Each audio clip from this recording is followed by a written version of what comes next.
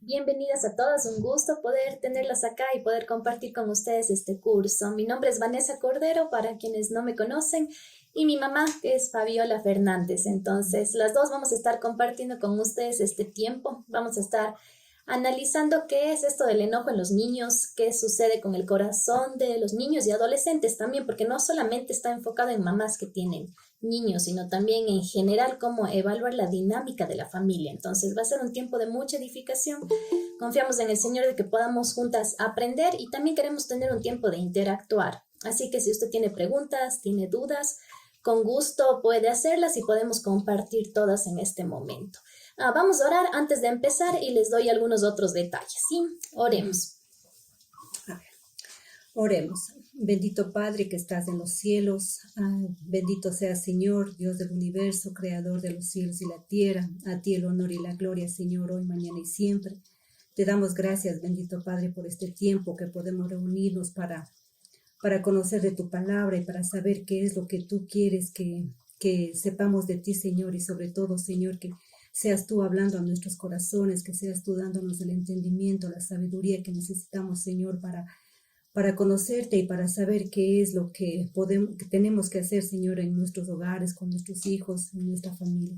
Bendito Señor, te rogamos porque sea tu Espíritu Santo, Señor, dándonos la sabiduría, el entendimiento y tocando nuestros corazones, Señor, para poder entender, creer a tu palabra, Señor, y ponerlo por obra. Bendito Señor, nos quedamos en tus manos y que seas tú ayudándonos y que sea todo, Señor, para la honra y gloria tuya. En nombre de Cristo Jesús oramos. Amén. Amén. Muy bien, entonces vamos a empezar analizando este tema del enojo. Algunos puntos importantes. Hoy nos vamos a enfocar precisamente en qué pasa con el enojo, cuáles son algunas características de un niño o un adolescente enojado y también algunas recomendaciones como padres, sobre todo que le da esperanza en este proceso. El enojo puede ser un problema bastante complicado, sobre todo de manejarlo, ya sea en tema de prevención o corrección. El material que vamos a utilizar específicamente es el libro llamado Corazón de Enojo. Si es que usted puede conseguir este libro, yo le animo a que lo busque en una librería y pueda tener el libro como tal. Yo lo que voy a hacer es resumir las partes más importantes, debido a que no podríamos enfocarnos en todos los capítulos, ya que sería muchísimo tiempo. Está planificado que tengamos 10 clases, que sean 10 sesiones por 10 semanas. En cada semana que nos reunamos, vamos a ir analizando específicamente un capítulo. Hoy justamente nos vamos a enfocar en este tema del corazón del niño enojado y que ustedes tengan pautas de cómo irlo identificando. Yo les decía hace un momento que lo que queremos es que no sea simplemente una clase en donde yo les vaya diciendo las cosas y usted solamente escuche, sino que sea un tiempo de preguntas, de comentarios, así que con toda la confianza usted puede interrumpir o levantar la manito en la parte de abajo. Ahí tiene una sección que está una manito alzada, usted puede alzar esa manito y así conversamos y podemos interactuar todo este tiempo. Está planificado que nos tomemos 1 hora aproximadamente. Entonces vamos a ver cómo nos da el tiempo. Yo les voy a compartir pantalla, así ustedes van a poder observar el material. Les voy a dar como algunas pautas. Usted puede tomar una fotografía si desea. Y también por otro lado lo que queremos después es que usted me deje su contacto a quienes no les tengo. Hay personas nuevas en el grupo, entonces no a todas les conozco. Puede dejarme su contacto y la idea es tener un grupo en WhatsApp en donde yo les puedo enviar todo el material, de tal manera que usted así lo puede repasar después, puede leerlo nuevamente, tal vez se escapa algún detalle o quiere profundizar en un tema más. También vamos a revisar algunos versículos bíblicos. Si usted tiene una Biblia a mano, yo le animo que también pueda irlo revisando. Si es que no, igual, vaya tomando nota, ¿sí? Que son algunas partes muy, muy importantes y obviamente nos enfocamos en qué es lo que dice Dios sobre la maternidad, independientemente de lo que podemos encontrar en filosofías del mundo o en teorías, sino realmente qué es lo que la palabra de Dios dice, que sabemos que eso es lo que tiene poder realmente para transformar el corazón de una persona. Entonces, voy a presentarles ahora pantalla y así ustedes pueden observar el material. Ok, voy a compartir con ustedes.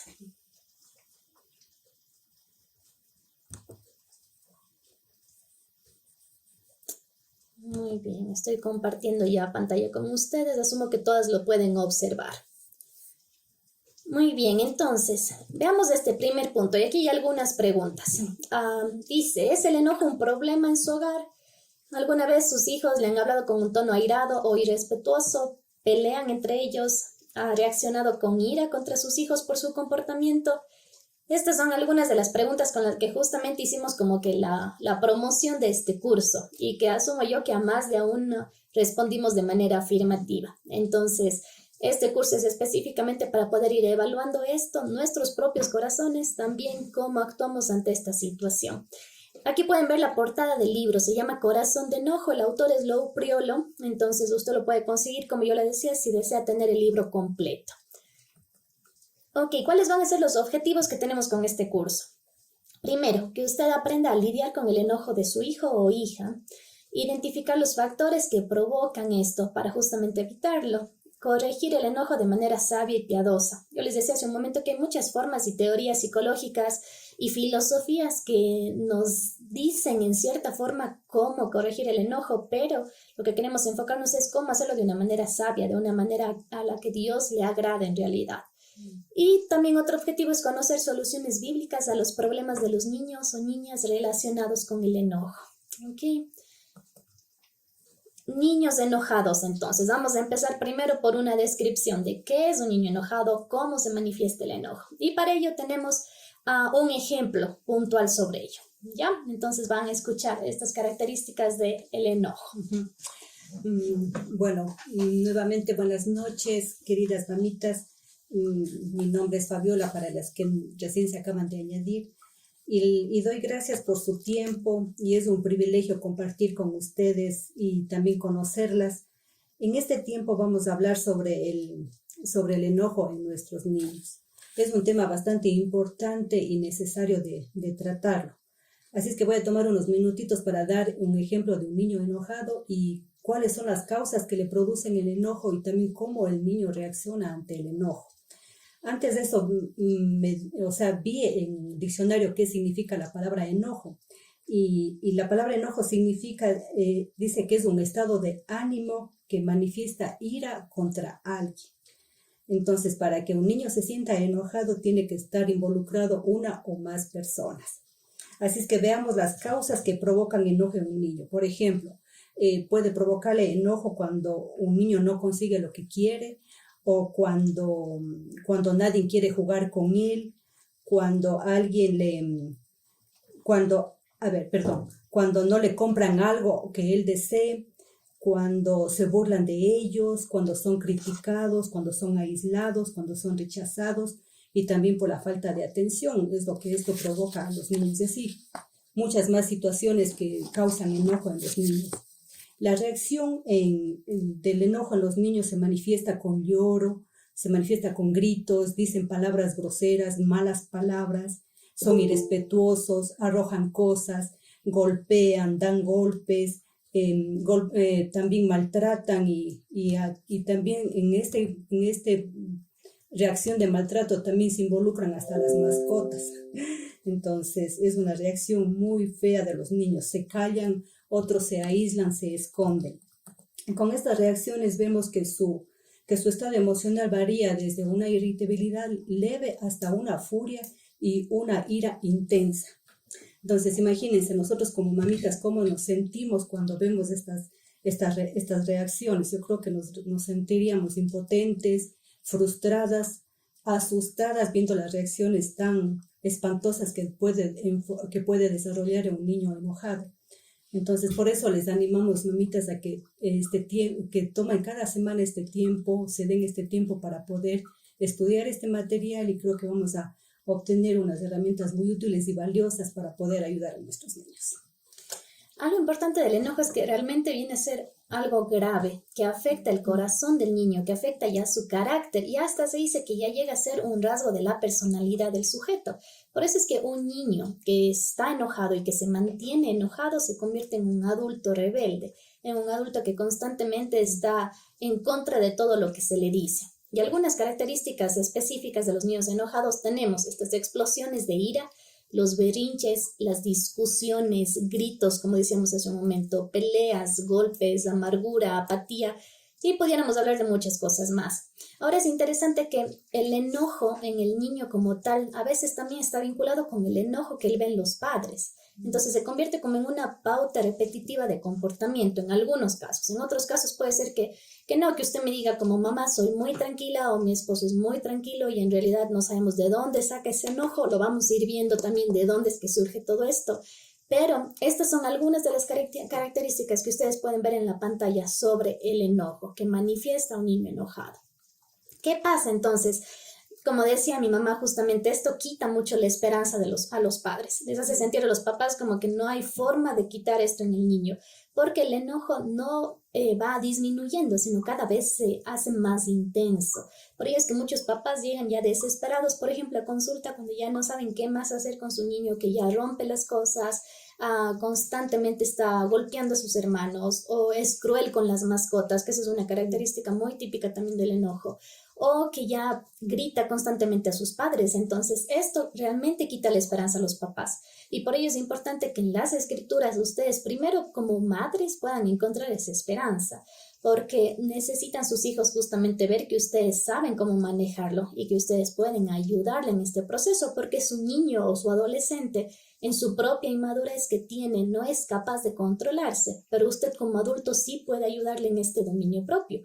Por ello, aquí es importante ver que Dios es quien nos da 3 aspectos que necesitamos y son muy importantes y en cierta forma esto también le anima muchísimo a usted porque no está sola en su rol de mamá. Asumo yo que hay muchas mamás que están ahora conectadas que, por ejemplo, no está con su esposo, es una madre soltera o está encargada precisamente sola de sus hijos. Y aquí Dios realmente le da esperanza al mostrarle que Él le ayuda en el proceso de la maternidad. Y hay 3 aspectos importantes que quiero que tome en cuenta. Por ejemplo, sabiduría. Dios le da sabiduría. Y mire Proverbios 2:6. Entonces, si tiene su Biblia, búsquelo, por favor. Y no, míreme leyendo Proverbios 2:6. Vamos a ver este versículo acá. ¿Qué es lo que nos dice el Señor sobre la sabiduría? A ver, Proverbios 2:6. Porque el Señor da sabiduría, de su boca viene el conocimiento y la inteligencia. Mira lo que dice aquí, que el Señor da la sabiduría, de Él viene el conocimiento y la inteligencia. Entonces no depende de cuántos libros usted lea, no depende de cuántos cursos usted tome, de cuántas sesiones de apoyo tenga usted. Fíjese que la sabiduría y el conocimiento que usted necesita para instruir a su hijo viene de la palabra de Dios. Por eso realmente es tan importante para nosotros leer la Biblia, porque de ahí usted recibe este equipamiento para realmente poder instruir bien a sus hijos. Ahora veamos qué más Dios le da, y Dios dice que le da la instrucción que usted necesita. Vamos a ver esto en la segunda carta de Pedro, capítulo 1, versículo 3.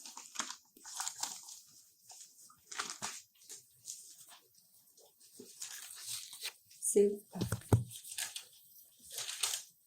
Segunda de Pedro 1:3 dice, pues su divino poder nos ha concedido todo cuanto concierne a la vida y a la piedad, mediante el verdadero conocimiento de aquel que nos llamó por su gloria y excelencia.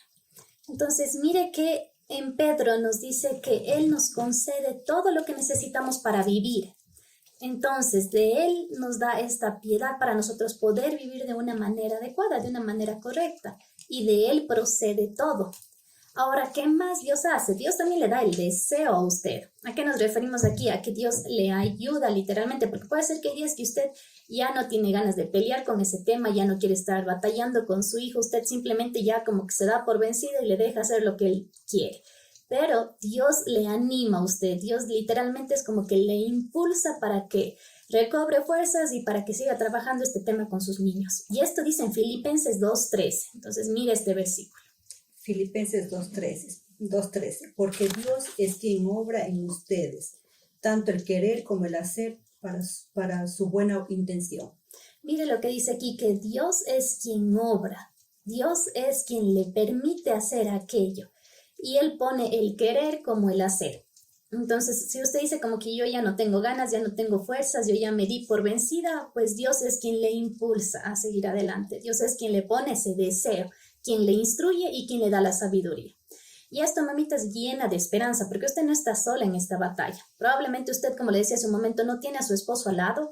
Probablemente usted no tiene otra persona con quien conversar sobre sus hijos, porque tal vez le da vergüenza que sepan cómo es el comportamiento de su niño. Probablemente usted recibe muchas críticas todo el tiempo de sus papás, de familiares cercanos que constantemente le están diciendo que su hijo se comporta mal, pero lo que sí le debe dar esperanza es de que Dios quiere ayudarle. Y esta batalla no la puede llevar sola, realmente necesita esto por parte del Señor, que le dé sabiduría, instrucción y el deseo. Ahora mire, ¿cuál es la responsabilidad entonces de usted como tal? Criar a sus hijos en la disciplina e instrucción del Señor. Y esto dice en Efesios 6:4. Esta es su responsabilidad. No, aquí no le está diciendo que su responsabilidad es pagarles una excelente universidad o una excelente escuela o colegio. Aquí no le está diciendo que su responsabilidad es comprarle todo lo que su niño desea. Tampoco le está diciendo que su responsabilidad es cumplir todos los caprichos que tenga su pequeño. Su responsabilidad como madre es criarle en la disciplina e instrucción del Señor. Ahora, ¿cuándo aquí es un problema grave? Cuando usted está intentando criar a su hijo según su propio entendimiento, o usted quiere repetir patrones de crianza, tal como le criaron, usted quiere criar a su hijo. Pero la Biblia es muy clara en este sentido de que usted no tiene que criar a su niño según lo que usted ha sido también instruida, sino aquí dice que le críe en la disciplina e instrucción del Señor. ¿Cómo lo hace? Obviamente esto no va a poder hacerlo si es que usted no está conociendo de Dios, para que usted también esté llena con la palabra de tal manera que pueda instruir bien a su hijo. Y esta es una responsabilidad muy importante. Cuando usted esté ante el Señor, usted deberá dar cuentas al Señor por la instrucción que le ha dado a su hijo. Entonces, por ello es tan importante que usted pueda primero llenar su corazón con la palabra para que esa misma palabra usted pueda replicarla con sus hijos. Ahora, mire algo interesante. Hay 168 horas en cada semana. Si yo veo a su hijo, pongamos en el caso que su niño asista conmigo a sesiones de apoyo o de consejería bíblica. Si yo veo a su hijo 1 o 2 horas como máximo la semana, pero ellos regresan a un ambiente que facilite el enojo o que genere este tipo de reacciones impulsivas, la hora de influencia positiva que yo pueda tener será neutralizada por completo, ya que él tendrá muchas horas de influencia, pongámoslo entre comillas, mala, a la que es expuesto su hijo en su propia casa. Entonces, por ello es que Dios le dio a usted como madre la responsabilidad de instruir, de aconsejar y de guiar a sus hijos. No significa que esté mal que usted pida ayuda, no está mal tampoco que usted busque apoyo en personas que le guíen en este proceso de criar a sus hijos, pero la responsabilidad directa es suya en casa, porque con usted comparte la mayor parte del tiempo. Es con usted con quien pasa la mayoría de las horas de la semana. Entonces, por ello es tan importante que su influencia sea positiva en la vida de su hijo. Vamos a ver en el transcurso de estas semanas algunos factores causales de por qué el niño tiene tanto enojo. Y no siempre es por culpa de los papás. Vamos a ver que hay muchos elementos aquí. Sin embargo, los papás sí están ahí para prevenir, que es la mejor opción, y también ya para corregir cuando ya vemos que su niño ha desarrollado un corazón enojado. Igual como les decía hace un momento, si tienen preguntas pueden interrumpir y con gusto vamos hablando más sobre esto. Mire algo importante. Dios no le va a pedir a usted que cumpla un mandamiento bíblico sin proveerle la gracia y la capacidad para hacerlo. Aunque usted diga como que ya no sabe qué más hacer, que es una tarea demasiado complicada con su hijo, porque tal vez no es solo un hijo que está batallando con esto, sino tiene más de un niño que tiene esta tendencia a rebelarse y a comportarse mal. Dios no le pide que cumpla un mandamiento bíblico sin proveerle la gracia y la capacidad que usted necesita para hacerlo. Ahora mire Deuteronomio capítulo 6, del versículo 6 al 9. Ok, puede ver, le repito, es Deuteronomio 6, del 6 al 9. En la pantalla tiene los versículos, pero en su Biblia usted puede buscarlo directamente. Deuteronomio 6, del 6 al 9. Estas palabras que yo te mando hoy estarán sobre tu corazón. Las enseñarás diligentemente a tus hijos y hablarás de ellas cuando te sientes en tu casa y cuando andes por el camino, cuando te acuestes y cuando te levantes. Las atarás como una señal a tu mano y serán por insignias entre tus ojos. Las escudriñarás en los postes, las escribirás en los postes de tu casa y en tus puertas. Muy bien, mire qué interesante en Deuteronomio 6. Lo que está diciendo aquí Dios es específicamente una instrucción para los padres, porque le dice, estas palabras que yo te mando hoy estarán sobre tu corazón, le dice aquí el Señor. las enseñarás diligentemente a tus hijos. Mira qué interesante esta palabra que usa cuando dice las enseñarás diligentemente. Hablarás de ellas cuando te sientes en tu casa, cuando andes por el camino, cuando te acuestes, cuando te levantes. Esto es tan importante, mamás, porque su rol no termina. Es decir, usted, y por ello es que la maternidad puede ser tan cansada, porque usted está 24/7 pendiente de muchas cosas. Y aquí mismo en la palabra dice que Dios le instruye a usted y le da como este mandato de hacerlo diligentemente todo el tiempo. Mientras usted va manejando en el auto, puede ir compartiendo con sus niños verdades de la palabra. Mientras están lavando los platos, mientras prepara el almuerzo, mientras están limpiando la casa, mientras le acompañan sus tareas escolares, todo el tiempo. Su rol como mamá es instruir a su hijo en la palabra de Dios. Ahora, tal vez usted dirá, pero bueno, yo no me sé tantas cosas como de la Biblia, no me sé versículos de memoria. Pues aquí un asunto es de que usted empiece poco a poco a poder ver en las escrituras, empiece a leer. Por ejemplo, ahora usted ya al tomar este curso, usted ya va a estar equipada. Usted ya va a tener como estas herramientas, ya va a tener como estas versiones o estas partes de las escrituras que usted diga, me va a ayudar primero a mí como mamá a poder tener claro lo que debo hacer y lo que debo decir, y también ya para empezar a instruir a su hijo en la verdad. Ahora mire otro versículo importante y está en Efesios 6:4, que también es algo que específicamente Dios dice a los padres. Efesios 6:4. Y ustedes, padres, no provoquen a ira a sus hijos, sino criadlos en la disciplina e instrucción del Señor. Muy bien, dice, padres, no provoquen a ira a sus hijos, sino críenlos en la disciplina e instrucción del Señor.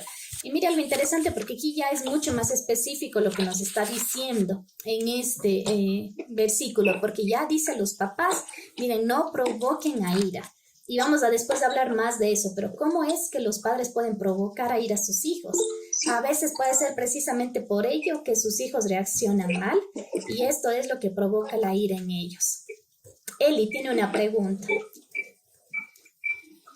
Aló, sí. Vane, ¿cómo está? Buenas noches. Buenas noches, Vanesita. Buenas noches, Eli. Una consulta, pero aquí cuando dice o se refiere, y vosotros padres, ¿de qué forma los papás podemos provocar ira a nuestros hijos? O sea, me resulta un poco... O sea, usted conoce a mi John. Y bueno, su carácter es sumamente difícil, pero no sé yo de qué forma pueda producir en él enojo o frustración, que es lo que yo veo en John. Uh-huh. Sí, no sé. Eli, es una muy buena pregunta. Ahora, de manera muy rápida que le podría contestar, porque justo el siguiente capítulo, el número 2, se llama Padres Provocadores. Y vamos a hablar sobre 25 maneras en cómo los papás pueden provocar enojo en los hijos, porque hay 25 formas, que es muy interesante, que lo vamos a ver la próxima semana. Pero algunas de ellas, por ejemplo, puede ser cuando constantemente estamos criticando lo que hacen. Cuando nosotros, por ejemplo, tenemos esta actitud de no creerle nada y asumir que siempre hace todo mal. Cuando estamos constantemente reforzando lo negativo. Cuando nosotros también estamos en gritos, en enojos, por ejemplo. Cuando lo comparamos con otras personas. Cuando no elogiamos sus progresos. Cuando no felicitamos del buen desempeño que ellos tienen. Cuando no cumplimos promesas. Y así podríamos hablar de muchas más, Eli, pero esas son formas como los padres provocan a ir a los hijos. Entonces es como irritarles, como, digamos que, en otras palabras diríamos como que les acorralamos, aquí ya no les queda otra forma que simplemente reaccionar con el grito, desobedeciendo o portándose mal. Entonces, esas, Eli, son algunas, pero yo le diría que esperémonos hasta la siguiente semana porque vamos a analizar una por una, Eli, y vamos a ver algunos otros detalles. Ok, gracias, Vani. Con gusto, Eli. Tal vez alguna otra mamita tiene alguna pregunta antes de seguir con el tema. Con toda confianza puede preguntar, no hay ningún problema. Muy bien, voy a ponerles Tati. No, Vani, lo mismo. Esa es la última pregunta. Así que vamos a la siguiente. Perfecto, Tati. Muy bien, vamos a continuar entonces. Les voy a poner nuevamente acá la presentación. Ok, entonces miremos ahora Gálatas, capítulo 4 del versículo 1 y 2. A ver, Gálatas 4, 1 y 2. Digo pues, mientras el heredero es menor de edad, en nada es diferente del siervo, aunque sea el dueño de todo, sino que está bajo guardianes y tutores hasta la edad señalada por el padre. Ok, ¿qué nos está diciendo aquí en este versículo? De que el hijo debe estar sometido a la autoridad de los padres. En resumen, esto es lo que dicen estos versículos, porque aquí el heredero dice aquí, mientras es menor de edad, en nada es diferente al siervo. Ahora, ¿qué pasa? En muchos casos, el niño viene a estar al mismo nivel en la familia que el papá. Y eso es un grave error. Y vamos a ver también esto que pasa cuando el niño no está bajo autoridad de los padres, sino que está al mismo nivel, toma las mismas decisiones y no está en calidad de siervo, como dice aquí, sino está en calidad de dueño. Entonces es interesante porque este versículo es como un recordatorio o como para fijarnos bien que cuál es el nivel de autoridad que debería tener su hijo en casa, no como dueño, sino como siervo, es lo que nos dice aquí en la palabra. Muy bien, estos son versículos entonces nuevamente que nos dan directrices como padres de qué hacer en cuanto a la instrucción del niño. Y recuerden nuevamente que Dios no le va a pedir que cumpla un mandamiento bíblico sin darle la gracia y la capacidad para hacerlo. Ahora, entonces el enojo, ¿por qué es tan malo? Y vamos a ver en la Biblia que el enojo es pecado, que el enojo realmente en el ser humano tiende a ser muy pecaminoso, porque sabemos que Dios también se enojó y Dios tuvo ira y tiene, y es otro tema que podemos enfocarnos después, pero el enojo humano como tal tiene una tendencia a ser pecaminoso, porque es un enojo egoísta, es un enojo demandante. Cuando no salen las cosas como queremos, nos enojamos. Y eso no solamente pasa en un niño, pasa también en nosotros como adultos. Entonces es interesante ir viendo cómo el enojo cada vez va creciendo y se convierte en un problema mucho más grande. Ahora, nosotros luchamos contra algo más grande que una simple emoción.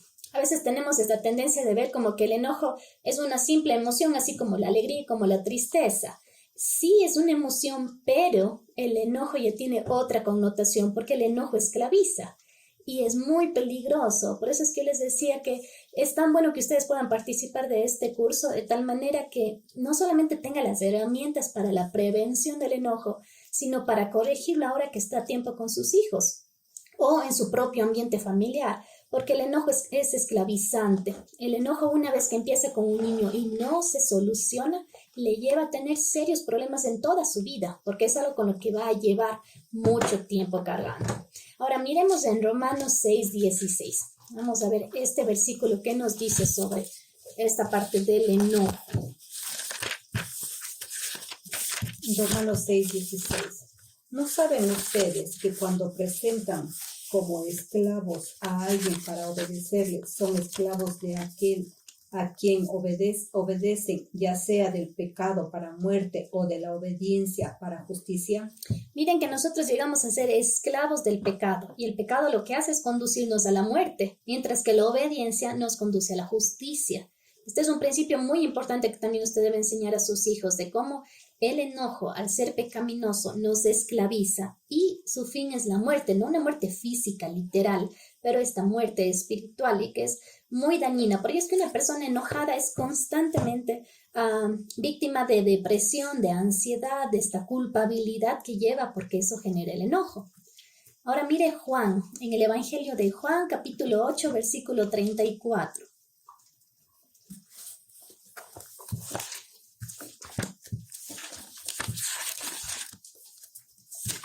Juan 8:34. Jesús les respondió: en verdad les digo que todo el que comete pecado es esclavo del pecado. Muy bien. Cuando usted identifica el tipo de esclavitud de la cual es cautivo, va a poder descubrir las alternativas bíblicas contra el pecado que está tratando de desterrar de su vida.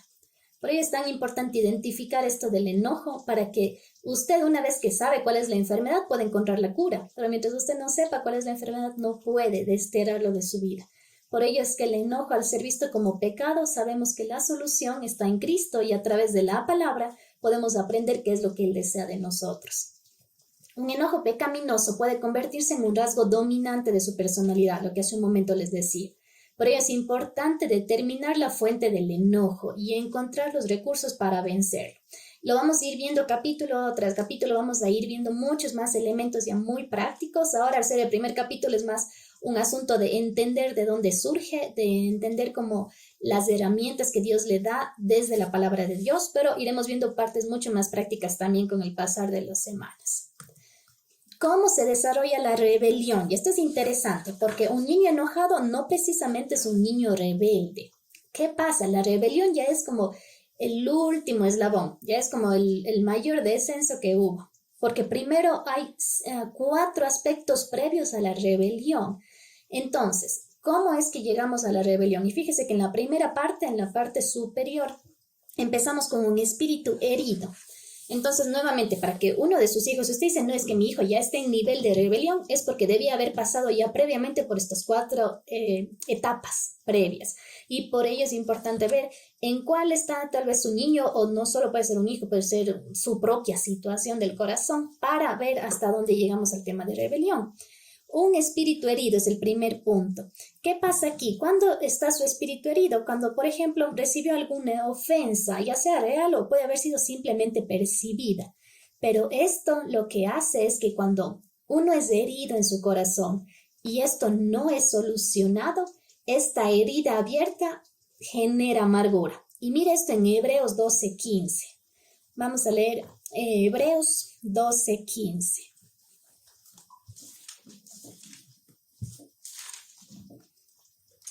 Hebreos 12:15.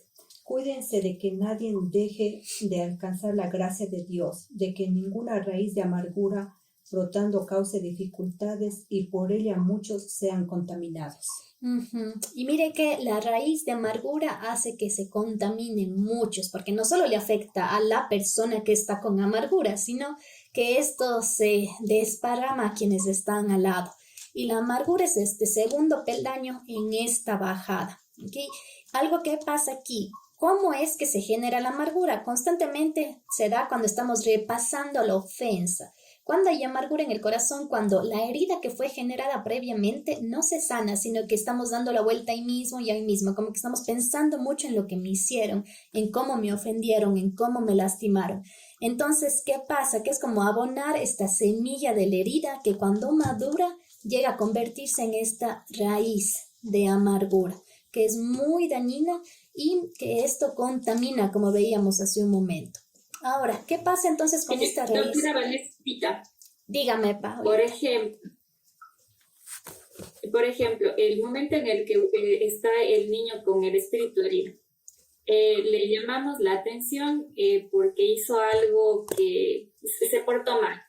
Y luego vuelve a hacer de nuevo, pide disculpas, pide disculpas y vuelve a hacer de nuevo lo mismo. Y le volvemos a repetir, es que es porque eres malcriado, es que es porque no respetas, es que es porque... Y estamos todo el tiempo en esa línea. Es ahí donde nos provocamos ya la amargura en él y ahí continúa hasta llegar a la rebelión. Me imagino, o estoy... Ese es un aspecto importante que usted menciona, Paulita. Sí, en cuando estamos constantemente como, decimos como poniendo el dedo en la llaga.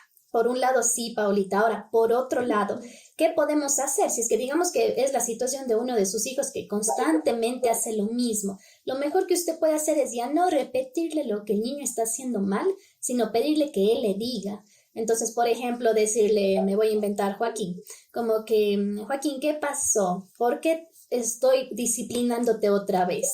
Entonces, que ya no sé que usted le diga es que irrespetas, es que desobedeces, es que gritas, sino que ya no salga de su boca esas palabras, sino que ahora sea su niño el que lo diga. Que sea su niño el que reconozca, medite, reflexione y él mismo asuma su responsabilidad. Entonces, es un buen punto lo que usted menciona, Paulita, de tal manera que usted ya no le está repitiendo lo mismo, ya no le está diciendo otra vez como que siempre desobedeces y otra vez es lo mismo contigo, sino que ahora es el niño quien lo dice. Entonces, eso ayuda a que el niño vaya reconociendo también la situación. Gracias, doctora Vanessa. Vale, ¿puedo hacerte una pregunta? Claro, sí. Como con este punto que tú estás mencionando de pasando la herida, ¿también se aplica sobre el castigo con la vara? ¿En qué sentido? ¿A qué te refieres, Pedro? O sea, sabemos que Dios en su palabra nos manda que, bueno, a los padres en especial, manda que les reprendan con la vara si es necesario, obviamente. Uh-huh. Y cuando te ha dado este castigo por la misma razón, digamos, por el o sea, por el mismo propósito, por el mismo motivo, varias veces estaríamos cayendo de nuevo en este punto. Va a depender mucho. A ver, ahí es un asunto realmente de ser muy sabios en el hecho de por qué, por ejemplo, no está funcionando lo de la vara, por qué tenemos que estar siempre en lo mismo. Tal vez no lo estoy aplicando con sabiduría, tal vez mi ira hace de que yo actúe de una manera incorrecta en el momento de ejercer el castigo, porque Dios nunca instruyó en este asunto como que, a ver, que el papá todos los días le dé con la vara a su hijo por el mismo tema, porque algo está pasando ahí que no está sirviendo la corrección. Entonces yo diría que hay que analizar más qué pasa ahí para que no esté funcionando el castigo en el niño de que es tan repetitivo. Hay que tener cuidado cuando utilizamos la vara porque ya no va a tener un buen efecto si es que es muy constante y por el mismo tema. Por eso es que habría que analizar qué está pasando en esta situación.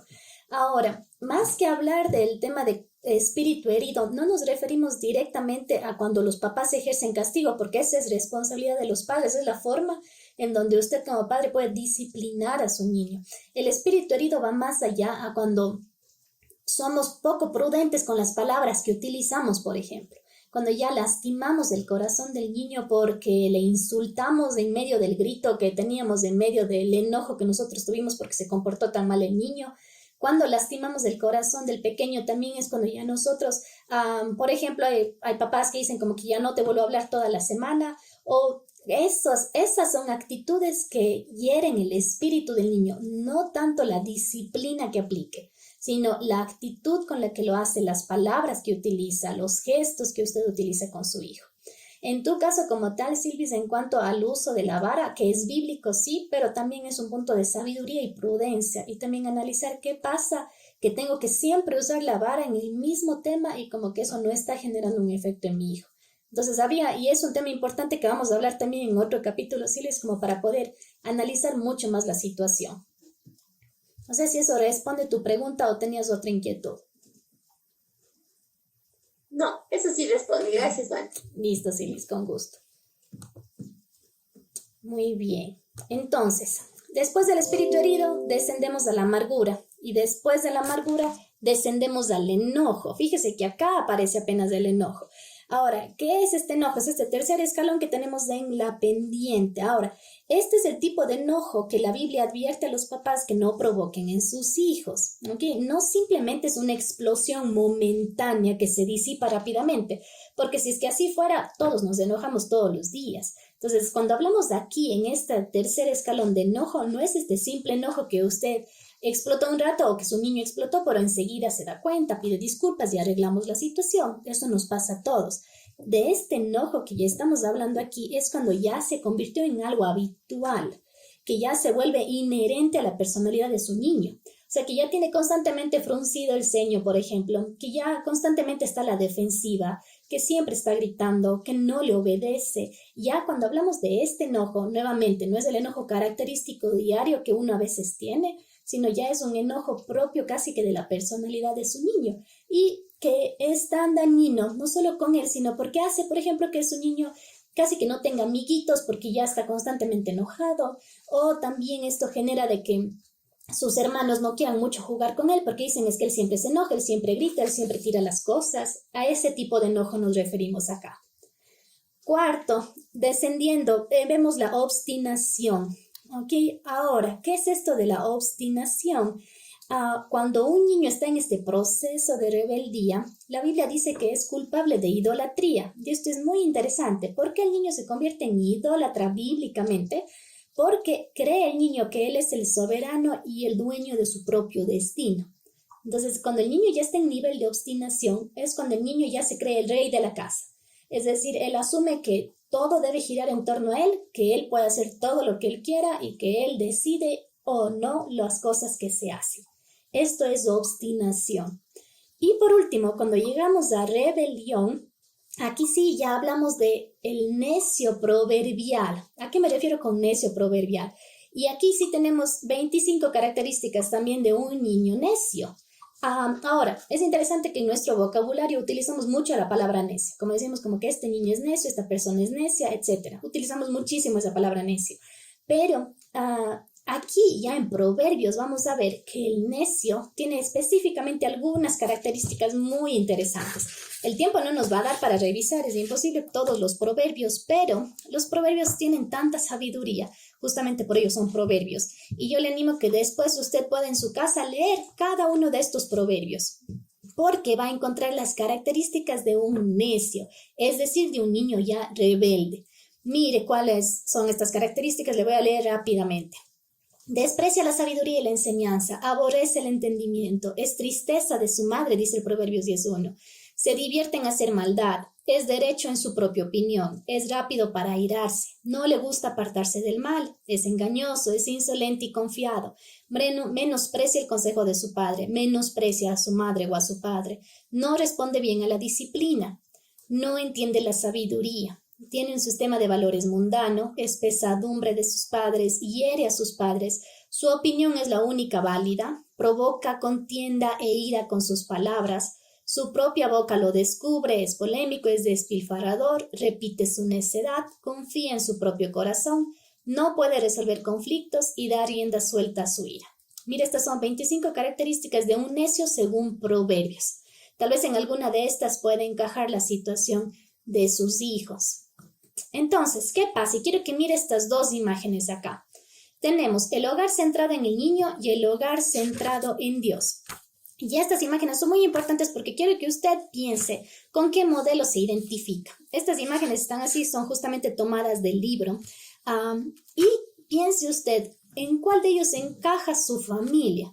Fíjese que en el hogar centrado en el niño, aquí el niño cree que la casa entera, los padres, los hermanos y aún las mascotas existen con el único propósito de complacerle a él. Este es el hogar centrado en el niño. ¿Qué pasa aquí? ¿Cómo usted puede identificar cuando su hogar, tal vez puede ser hasta inconscientemente, que su hogar literalmente se enfocó, como que puso los reflectores sobre su niño? Algunas características, por ejemplo, cuando su hijo interrumpe a los adultos, cuando ellos están conversando, cuando usa la manipulación y la rebelión para salirse con la suya. Cuando su hijo es quien decide el horario familiar, incluyendo la hora a la que deben comer, incluyendo a qué hora ir a la cama, cuando él decide qué película observar, cuando él decide qué hacer el fin de semana, cuando su hijo cree que tiene el mismo derecho que usted y la misma opción a voto que usted, cuando demanda tanto su atención y demanda también un tiempo excesivo por parte de los padres, cuando escapa de las consecuencias de su conducta pecaminosa e irresponsable, cuando el niño habla a sus padres como si fueran sus iguales, cuando ejerce una influencia dominante en el hogar, cuando es muy consentido que evita ser disciplinado. Un niño que está en el centro del hogar cree que él y sus deseos deben ser el punto focal de toda la casa. En el contexto de un hogar centrado en el niño, han crecido muchos creyendo que la sociedad les debe la vida. Esta es una frase muy interesante que usa el autor acá. ¿Qué pasa entonces nuevamente si es que su niño crece en este tipo de hogar en donde todo gira alrededor de él va a asumir que la sociedad le debe la vida después, cuando sea un adulto? Y por ello también va a tener muchísimos conflictos en toda situación laboral, con su familia, en todo lo que haga. Pero lo contrario al hogar centrado en el niño, tenemos el hogar centrado en Dios. Entonces, ¿qué pasa aquí? Fíjese algo interesante en esta parte derecha, que tenemos dos ambientes, digámoslo así. Uno, que son los padres, que la Biblia dice que se convierten en una sola carne, son uno solo. Y yo les decía hace un momento que esta es una realidad que no todas las familias tienen, de estar papá y mamá en casa. Muchas veces será que esté usted sola. Y vimos hace un momento que igual Dios le da la instrucción y tiene esperanza en el Señor para poder instruir a su hijo aunque esté sola. Pero si es que está con su esposo, ustedes como tal tienen una relación prioritaria y permanente. Su relación es prioritaria y después están sus hijos, que es una relación secundaria y temporal. Esto es muy importante porque A medida que los hijos nacen, son bienvenidos como miembros de la familia, pero no forman parte de esta unidad de toma de decisiones. Es muy diferente las decisiones que usted con su esposo o usted sola toma, independientemente de sus hijos. Ahora, no significa que tal vez no pueda conversar con ellos y consultarles algo, pero su hogar no se mueve en base a sus niños. De acuerdo con la Biblia y las Escrituras, la relación entre el esposo y la esposa es esta relación permanente que no se debe romper. Nuevamente, hay situaciones en diferentes hogares que están mamás solas. Y la relación acá vemos que entre el esposo y la esposa es prioritaria y es secundaria la relación entre los padres y los hijos y entre hermanos. Es secundaria. Este es el modelo centrado en Dios bíblico, el cual debemos manejar. No el de la izquierda, en donde el niño es el centro, el rey, y se hace todo en base a lo que el niño quiera. Entonces, vamos a ver algo importante aquí. Si su hogar, como muchos en nuestros días, está más próximo al modelo centrado en el niño que al centrado en Dios, los principios bíblicos explicados en los siguientes capítulos van a prepararle justamente para esta transición de un hogar donde impera el caos a un hogar donde reina la paz de Cristo. Si es que su niño es el centro de este hogar, obviamente es un caos, porque las cosas no van a funcionar bien. Imagínense que todos giran alrededor a un niño o a un adolescente totalmente inmaduro, sin sabiduría para tomar decisiones. No puede haber estabilidad ni armonía en esa casa. Pero cuando Dios es el centro de su hogar, así usted esté sola como mamá, sí puede tener esa paz que solo Él le ofrece. Ahora, piense usted qué modelo le gustaría tener en su casa. ¿Cuál de estos dos modelos realmente le gustaría tener dentro de su hogar? Entonces, vamos a hacer algunas preguntas aquí y quisiera que podamos ir compartiendo juntas esto. Muy bien, permítame dejar de compartir y voy a añadirles acá.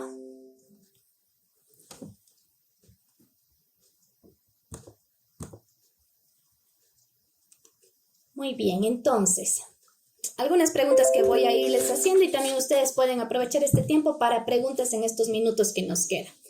Hemos visto de que como madres tienen esperanza en el Señor y en su palabra para poder instruir a sus hijos, independientemente de la situación en la que ustedes estén ahora.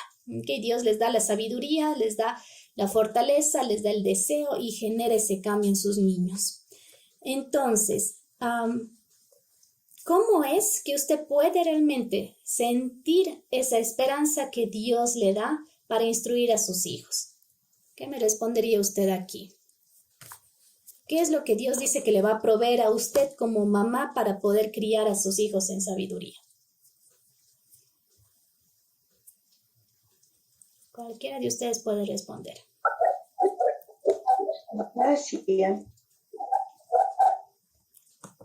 Con gracia, van. Muy bien, Tati. Esa gracia que viene del Señor. Eli, ¿iba a mencionar algo usted? Bueno, sí, también dice que él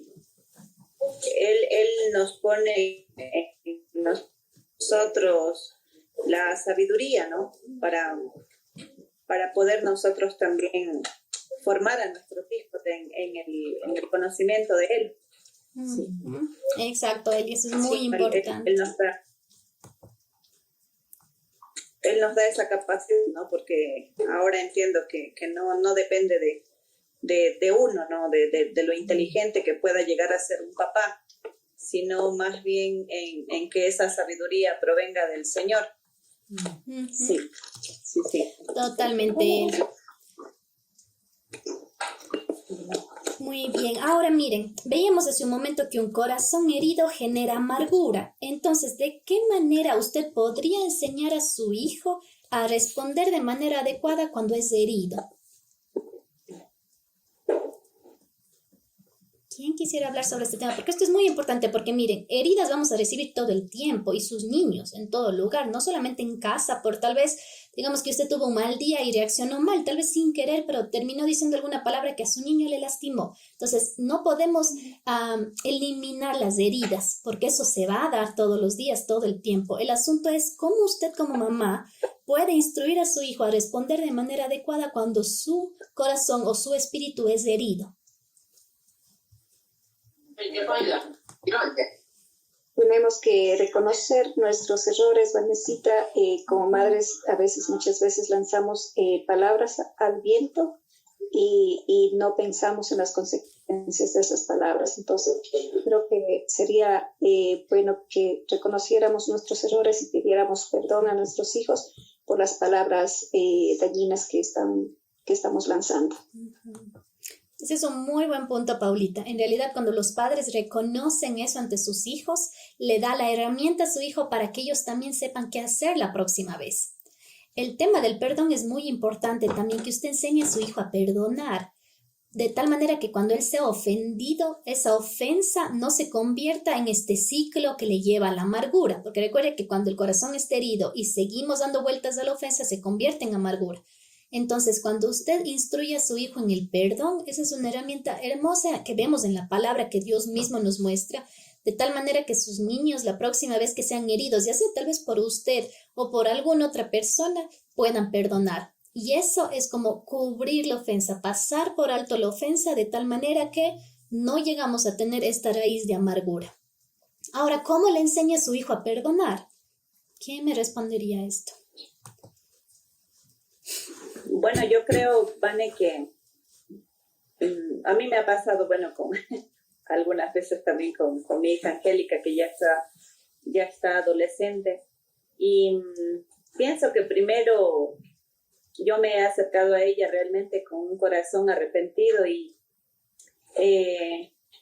reconociendo como mamá realmente que no debí decir o hacer algo que de pronto a ella no le agrada, reconociendo mi error y que ella vea que uno como adulto se equivoca, que el hecho de ser mamá o papá no nos hace perfectos y bueno, a mí, gracias a Dios, yo digo, no soy la mamá perfecta, pero ella comprende que uno se equivoca y reconoce que se equivoca y lo acepta.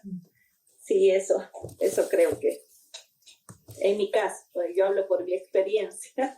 Muy importante, Eli, en realidad lo que usted menciona, y justo mientras hablaba de esto recuerdo un versículo, y mire, Mateo 11, versículo 29. En Mateo 11, 29. Porque mire, como usted, y ya le voy a dar la palabra a Berito que levantó su mano también, cómo usted puede enseñar a su hijo a perdonar, y influye muchísimo su actitud. Influye muchísimo la forma en que usted se presente a su hijo, porque no solamente es cuestión de decirle como que tienes que perdonar o ya ignora lo que te hicieron, sino cómo es la actitud de usted cuando aborda este tema con su hijo. Y en Mateo 11, 29, el Señor Jesús dijo, aprendan de mí que yo soy manso y humilde de corazón. Esto de manso y humilde es importantísimo porque sus hijos necesitan ver esa mansedumbre en usted y esa humildad. Es como que, a ver, si usted quiere que su hijo no sea irático, que no responda mal, que no grite, obviamente él tiene que ver en usted un espíritu manso. Pero si usted va con ira a regañar a su hijo, lo que hace es como que tirar más leña al fuego, entonces no está ayudando, sino que aviva el enojo en él. Por ello, la actitud de mansedumbre es clave y también esta actitud humilde, en donde habrá veces que usted como madre tiene que reconocer ante su hijo que tal vez reaccionó mal, le juzgó mal, le criticó, o le culpó de algo que él no hizo. Entonces, esta humildad también es un buen ejemplo para ayudar a sus niños a perdonar. Berito, usted quería mencionar algo. Vale, ¿cómo está? Buenas noches, Fabiolita. Buenas noches. Yo tengo una pregunta, Vane, respecto a esto del perdón. ¿Cómo poder hacerles entender a los niños que el perdón no es un juego? Por ejemplo, mis hijos, cuando ellos hacen algo mal, ellos vienen y dicen, mami, perdónanos, papi, perdónanos. Nosotros ya hablamos con ellos, les perdonamos, pero ¿qué pasa si ese perdón para ellos les dura solo un minuto y después vuelven a lo mismo? Y luego nuevamente vuelven, mami, ya, perdóname. Y nosotros nuevamente perdonamos y después ellos siguen así. Y lo peor de esto es que ellos toman la actitud de, a veces hasta de más bravos, porque ellos dicen, es que no me perdonas de corazón, es que yo ya te estoy pidiendo que me perdones, pero tú no me quieres perdonar. Entonces, muchas de las veces hemos dicho con mi esposo, es que el perdón no es un juego, el perdón es algo que debe ser para siempre, no para hacerlo no para pedirlo a cada instante, ¿sí? Entonces, ¿cómo hacer que ellos entiendan lo importante que es el pedir perdón y que esto debe ser, que no debe ser tomado como un juego, como un chiste, algo así? Ujú. Y es una muy buena pregunta, Berito, y es un tema muy complicado porque la mayoría de niños hay esta tendencia justamente de asumir como pedir perdón o pedir disculpas, que realmente la palabra correcta es pedir perdón y no disculpas, pero el tema es de que llegan a un punto en donde ya se convierte en algo repetitivo. Ahora, aquí hay que hacer como una diferencia, Berito, entre lo que es perdonar y lo que es el arrepentimiento en los niños. El perdón, nosotros estamos llamados a perdonar, independientemente de lo que nos hagan.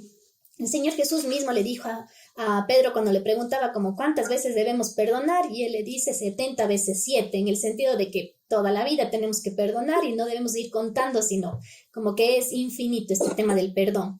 El asunto es que como padres está llamado a perdonar, Berito, independientemente de lo que hagan sus hijos. Ahora, el hecho de el perdón no está condicionado a la actitud de cambio de sus niños. ¿Por qué? Porque si ustedes esperan perdonar a sus hijos una vez que ya se comporten bien, probablemente no pase muy pronto eso, sino que constantemente se repita lo mismo. Entonces, aquí que es importante en que perdonamos como padres, se perdona la ofensa, pero no se quita la consecuencia. Entonces, si su niño le pide perdón, pues perfecto, usted le dice, mira, te perdono porque Dios me dice que debo perdonar 70 veces 7, o sea, toda la vida te voy a perdonar, y porque te amo, te perdono. Sin embargo, tienes consecuencias por lo que estás haciendo, y yo espero que ya no lo vuelvas a hacer, de tal manera que esto cambie tu comportamiento. Entonces, Berito, el perdón no está condicionado realmente si es que ya al siguiente día se porta bien, porque como usted dice, puede ser que le dure una hora y vuelve a hacer lo mismo. Lo que sí, Berito, es que las consecuencias se mantienen, y algo importante que debemos trabajar con los niños es que ellos vean que cada vez que su comportamiento es negativo, hay un daño que genera en el corazón de la mamá o del papá. Entonces, usted como padre o madre le perdona porque le ama, pero a la vez su corazón se lastima como mamá, porque su niño sigue comportándose de una manera incorrecta. Entonces, el dejarle saber a su niño el dolor que genera en su corazón también es bueno, para que ellos también sientan esto de cómo me está lastimando a mí con su mal comportamiento. Le perdona, Berito, porque, como le decía, el perdón no es condicionado, pero sí, Berito, habrán consecuencias que se mantienen, su corazón como mamá se lastima, y es bueno que usted también pueda hablar de eso con su niño y orar por el corazón de su niño, porque el hecho de que usted le perdone no le va a cambiar el comportamiento, Berito, sino lo que puede hacer es que ese comportamiento se siga repitiendo. Uh-huh. Muy bien, había otra Gracias, persona, Vale. con gusto, Berito. Había otra mamita que levantó su mano, me parece que, no sé si era Paolita, pero alguien fue quien tenía una pregunta, o Clarita, me parece. Buenas noches, Vanesita y doña Fabiola, qué gusto saludar Buenas Buenas noches, a las Clarita. hermanas también. Solo a Vanesita y a Fabiolita conozco nada más. Vanesita, una preguntita. Es que, bueno, lo que indicaste ahorita es que, por ejemplo, que cuando el niño siente que él es el centro de la familia,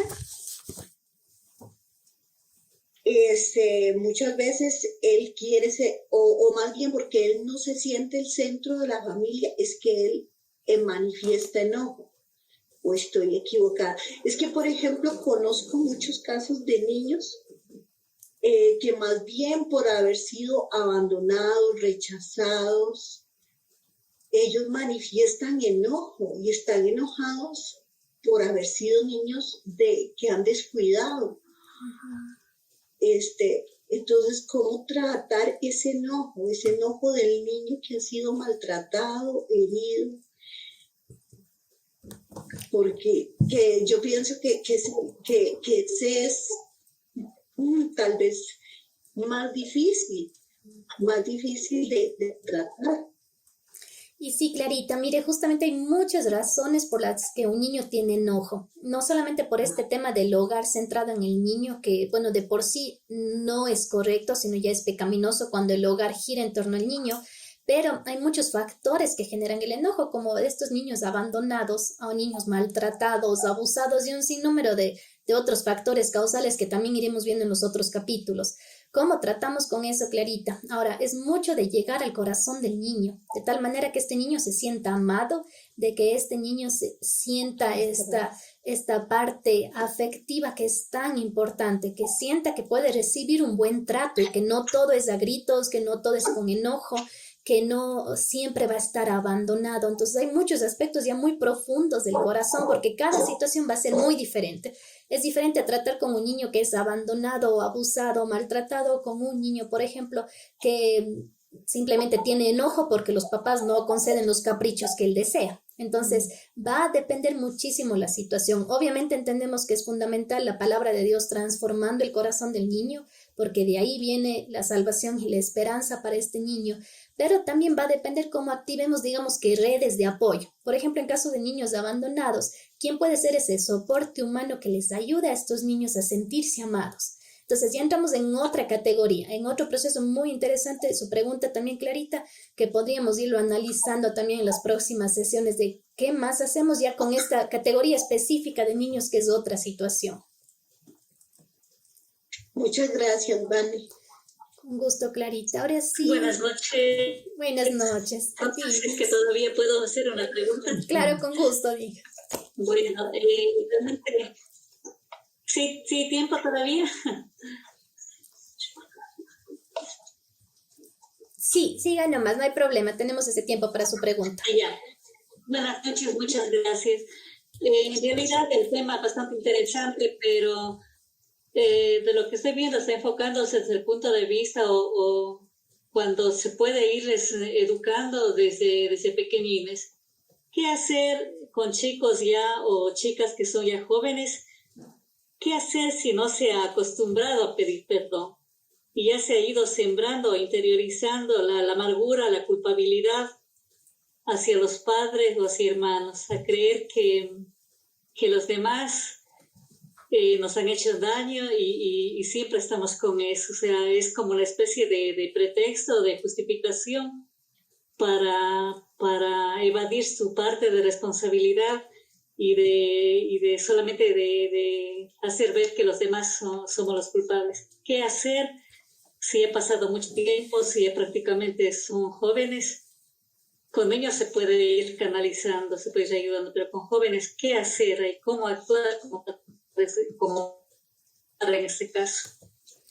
Y es muy importante lo que usted menciona, pero mire, es más difícil obviamente cuando ya estamos trabajando con jóvenes, no solamente por la edad en la que ellos están, sino porque ya habrán muchas cosas que ellos van guardando en su corazón conforme ha pasado el tiempo. Sin embargo, igual vemos que en las escrituras siempre hay esperanza y hay posibilidad de cambio y que podemos encontrar realmente en la palabra de Dios esas herramientas para poder trabajar con el corazón de un joven, de un adolescente que ha sido muy herido, que tiene ya mucha amargura, que realmente su corazón está lleno de enojo, por ejemplo. Entonces, en la palabra de Dios siempre encontramos solución, independientemente de la edad en la que esté la persona. Obviamente es más difícil, es más fácil cuando nosotros trabajamos con niños. Por eso es que siempre cuando hablamos de prevención o corrección, lo mejor es la prevención, porque ahí evitamos que sucedan muchas cosas. Ahora, ¿qué hacemos? Primero es un punto de las personas que rodeen a este joven, cómo están cambiando, de tal manera que el modelo que ellos empiecen a ver en su vida impacte sus corazones para que ellos vean que hay posibilidad de cambiar. Si es que ellos ven, por ejemplo, que el adulto que está al lado ahora es diferente, ya no reacciona con ira, ya está mucho más calmado, es más paciente, ese ejemplo, ese modelo de cambio en la vida del adulto va a ser algo que le impulse al joven a ver otra forma de actuar, a buscar otras herramientas. Entonces, sobre todo cuando estamos trabajando ya con jóvenes o adolescentes, ellos los que más están mirando es cómo actúan los adultos que están al lado. Entonces, si es que ellos ven que sus padres, sus abuelos, sus tíos, con quien ellos vivan, realmente ahora tienen otra forma de reaccionar eso va a ser un impacto muy importante, más que las palabras que utilicemos. En un niño es más fácil, por eso es que uno siempre dice que al niño se le puede convencer fácilmente, pero ya con un joven o un adolescente ya es como que tiene, nosotros decimos como este ojo crítico de estar viendo qué hace mal el papá o la mamá, como para decirle, mira, pero tú quieres que yo perdone, pero ve lo que tú haces, o tú quieres que yo no grite, pero tú gritas todos los días. Entonces, con ellos ya es un asunto mucho del ejemplo que dan las personas que están al lado. Muchas gracias. Con mucho gusto. Ha sido un buen tiempo que hemos podido compartir. Estamos ya con el tiempo listo. Entonces, si Dios lo permite, nos veríamos el próximo lunes. Les animamos a que sigan conectándose cada lunes, 7:30 de la noche, hora Ecuador. Están algunas personas de otros países, así que puedan conectarse a esa hora. Siempre tendremos alrededor de 1 horita de la sesión, pero igual, si es que hay preguntas y usted desea quedarse más tiempo, podemos seguir conversando, y las personas que tengan que retirarse justo a la hora también con toda confianza puede hacerlo. Les voy a pedir que me dejen sus contactos de aquellos que no les conozco, de tal manera que yo les pueda agregar a un grupo y pasarles el material. Así también ustedes pueden tener esa información y pueden revisarlo en casa. Y si tienen preguntas, también con gusto me pueden escribir al WhatsApp. Vamos a orar para poder terminar este tiempo. El estudio es el miércoles. Sí, los miércoles. No lunes. Perdón, dije lunes. Miércoles. Todos los miércoles, 7:30. Y vamos a orar para terminar este tiempito. Oremos para dar gracias a Dios por este tiempo. Amado Padre, bueno y fiel con nosotros, gracias te damos, Señor, por este tiempo. Gracias, Señor, por todas aquellas mamitas que se pudieron conectar. Te rogamos por cada una de ellas para que seas tú dándoles la sabiduría, el entendimiento, Señor, y sobre todo capacitándoles para poder, bendito Señor, poner todas estas cosas, Señor, en tus manos. Que seas tú, Señor, tratando con cada uno de nuestros corazones y también con nuestros niños, Señor, que necesitan de tu ayuda. Que seas tú, Señor, manifestándote, y que seas tú llenando, Señor, de tu palabra en nuestros corazones, Señor, para poderte conocer. Gracias, bendito Padre, por este tiempo. Gracias, Señor, por el material que tú has permitido, Señor, que podamos obtener y que podamos, Señor, estudiar. Lo que seas tú, Señor, dándonos siempre el entendimiento, Señor, y que podamos no solamente ser oidores, Señor, sino también ser hacedores, que podamos, Señor, llevarlo a la práctica, Señor, y que podamos ser de ejemplo para nuestros hijos, Señor, y en nuestro hogar. Bendito Señor, en tus manos nos ponemos y te rogamos por el resto de la noche, Señor, que seas tú cuidándonos y protegiéndonos. En nombre de Cristo Jesús oramos. Amén. Amén.